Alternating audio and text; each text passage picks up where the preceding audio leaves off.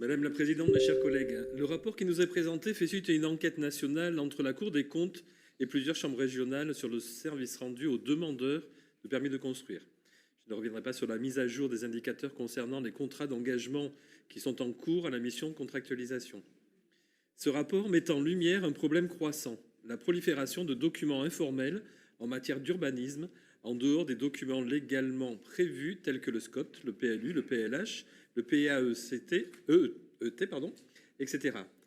Malgré le fait que ces chartes et labels introduisent de nouvelles règles dans un environnement juridique déjà complexe, leur principale vertu réside dans leur capacité à compléter le PLUI d'orientation politique en faveur du cadre de vie harmonieux dans les communes. Si elles visent à promouvoir les règles locales d'urbanisme, il est à noter que ces réglementations peuvent potentiellement restreindre les constructions en limitant la délivrance des permis de construire.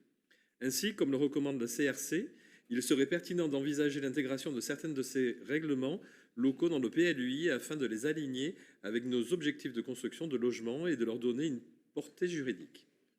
Ce rapport pointe également du doigt un problème récurrent au sein de notre métropole auquel il serait temps de remédier: le manque de visibilité dans les économies d'échelle résultant des services mutualisés, faute de rapprochement entre le bloc communal et le bloc métropolitain.